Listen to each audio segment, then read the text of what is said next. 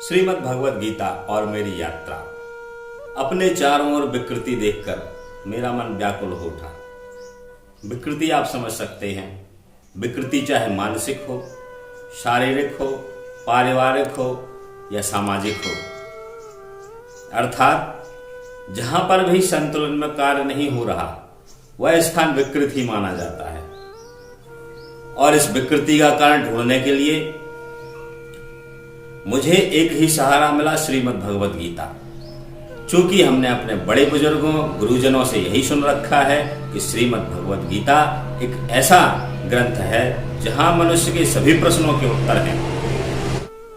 श्रीमद् भगवद गीता एक आम व्यक्ति के जीवन में किस प्रकार सहायक है, श्रीमद् भगवद गीता ने मुझे किस तरह प्रभावित किया, क्या श्रीमद् भगवद गीता के सूत्र हम अपने जीवन में डाल सकते हैं, ये कुछ प्रश्न हैं जिन्होंने मुझे बहुत प्रभावित किया।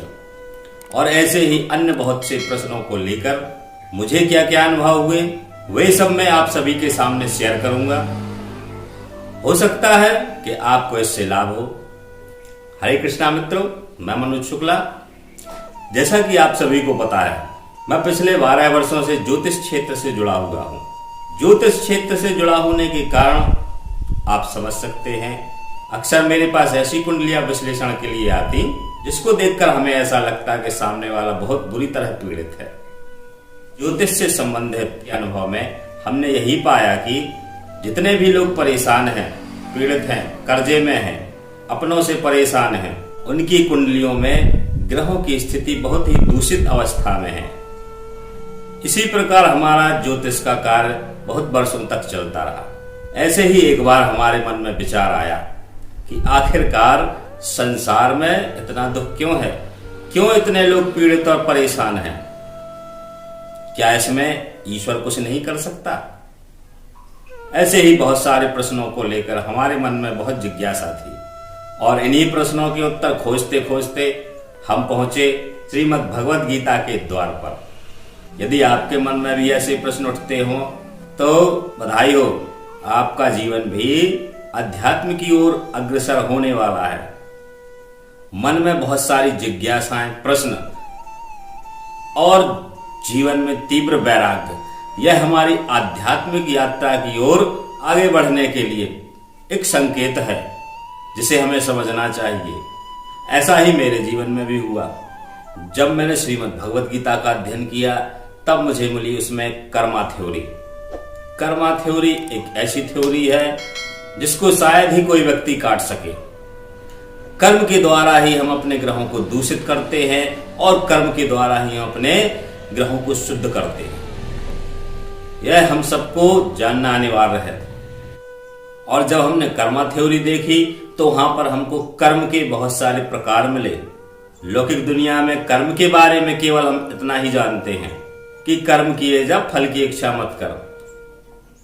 किंतु जब हमने श्रीमद् भगवद गीता का अध्ययन किया तब हमें कुछ कर्म की श्रेणी मिली, जैसे कर्म, अकर्म, विकर्म, प्रतिकर्म, इसके साथ ही नित्य कर्म, काम कर्म, नैमित्तिक कर्म, निषिद्ध कर्म। जब हमने कर्म की इतनी श्रेणी देखी और इनकी परिभाषा का अध्ययन किया तब हमें वास्तव में यह ज्ञात हुआ, जिसको हम वास्तव में कर्म कहें ऐसे कर्म तो व्यक्ति करता ही नहीं है।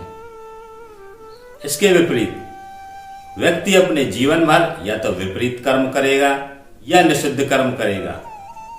अतः वह एक ऐसे कर्म चक्र में फंस जाता है जहां से निकलना असंभव है। कर्म और कर्म चक्र समझने के बाद एक प्रश्न और हमारे सामने था कि इस कर्म चक्र से निकला कैसे जाए। और इसी के समर्थन में श्रीमद् भगवद गीता कही गई है कि कर्म और कर्म फल के चक्र से आप बाहर कैसे निकल सकते हैं। इस विषय को समझने के लिए हमें सबसे पहले जीव, ब्रह्म और प्रकृति के बारे में जानना अनिवार्य है। इसी के साथ साथ इन सब के उद्देश्य और कार्य के बारे में जानना भी अनिवार्य है, क्योंकि यदि हम यह नहीं जानेंगे तो यह हमारे आगे की यात्रा में बाधक बनेगा।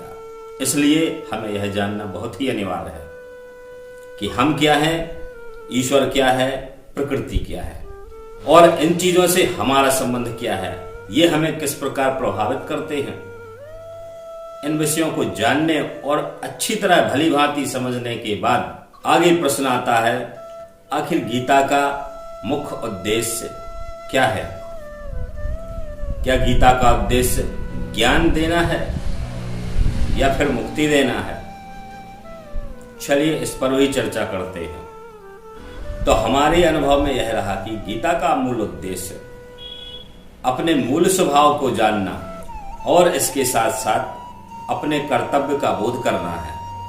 गीता को पढ़कर जानकर हम अपने मूल स्वभाव को जान सकते हैं और उसके साथ हमारे कर्तव्य क्या है यह भी उसमें भली भांति निहित है। अक्सर समाज में आपने देखा होगा कि जब हम अपने कर्तव्य कर्म नहीं करते हैं तभी विकृति पैदा होती है। जैसा कि आप समझ गए होंगे कि गीता का मूल उद्देश्य अपने मूल स्वभाव को प्राप्त करना है।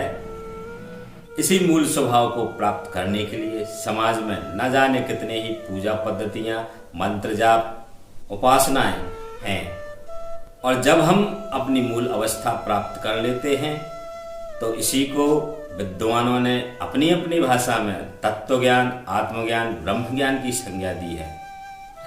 यहाँ आप सभी को एक बात बताना और अनिवार्य समझता हूँ, जब जीव प्रकृति के संपर्क में आता है तो वह स्वयं का स्वभाव, स्वयं का अस्तित्व भूल जाता है और प्रकृति में व्याप्त त्रिगुण और विकारों में बंध जाता है, जिससे उस जीव पर अज्ञान की एक मोटी परत चढ़ जाती है। अज्ञान यानी सही परिभाषा के अभाव में गलत परिभाषाओं को लेकर हम कार्य करते हैं, जिससे ना तो कभी हमारा शुद्ध परिणाम आता है और ना ही हम अपने लक्ष्य तक पहुंच पाते हैं। अध्यात्म मार्ग में सही परिभाषा जानने के लिए ही हमें सद्गुरु की शरण में जाना चाहिए और यदि हमारे ऊपर सद्गुरु और ईश्वर की कृपा हुई तो यह घटना भी हमारे साथ घट सकती है और हमें समय से सद्गुरु प्राप्त भी हो जाते हैं, वरना सद्गुरु के अभाव में हम ऐसे ही जन्म जन्मांतर तक भटकते रहेंगे। इन कुछ बिंदुओं के अंतर्गत मैंने आप सभी के सामने भगवत गीता का सार रखा। आशा है कि आप लोगों को यह समझने में बहुत ही आसानी होगी कि हमारे कर्म किस तरह हमें प्रभावित करते हैं और श्रीमद् भगवत गीता हमें किस प्रकार इस कर्म बंधन से छुड़ाने में मदद करती है। हालांकि भगवत गीता अपने आप में एक इतना बड़ा विषय है कि इस पर अनेकों भाष्य लिखे जा चुके हैं और नित्य चर्चाएं भी की जाएं तब भी कम पड़ता है। और मेरा मानना है कि यदि आप श्रीमद् भगवत गीता से जुड़ते हैं तो निश्चित ही आपको भी लाभ होगा। श्रीमद् भगवत गीता पर जितनी चर्चा की जाए कम है।